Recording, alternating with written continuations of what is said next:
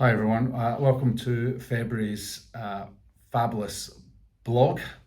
I wanted to just hold off a few days until the governor had spoken after the RBA announcement, which everyone knows, cash rate's the same.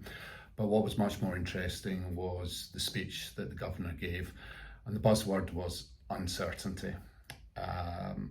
Lots of things happening domestically and internationally that makes it almost impossible to predict when we're going to start seeing interest rate rises.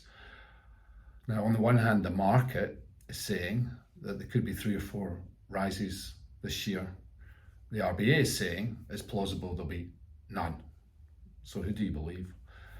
The answer is probably somewhere in the middle, but I'm just another bloke with an opinion, right? But that's what it feels like sensibly. So maybe 1 rate rise this year, but really nobody knows.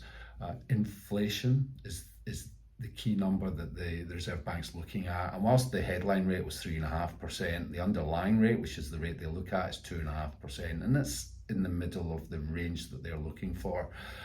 They're targeting 3% next year, but the thing is they don't know how permanent this inflation is, because all the supply side issues that we've been hearing about have yet to unwind. And then if we do see some wage inflation, not everyone enjoys wage inflation immediately, so the private sector gets it quite quickly. But the public sector, there's been pay freezes and there's enterprise bargaining agreements that need to run their course. So there's always going to be a delay in terms of the impact on wages, even if there is inflation in the economy. So all that being said, I think the thing that we all need to focus on is this one fact: rates will rise. Doesn't matter when it's going to happen, it will happen. So what I want you to do is just to assume that rates rise by from 2.5%, say, to 5% in 3 years' time. They're going to double, right?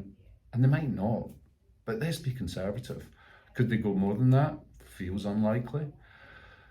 So anyone who's taking out a mortgage for the first time, you've been borrowing at historically artificially low rates. 5% gets us back to a more of a normal rate. So run your repayments again, looking at 5%, and try and save the difference between the current repayment and a repayment at 5%.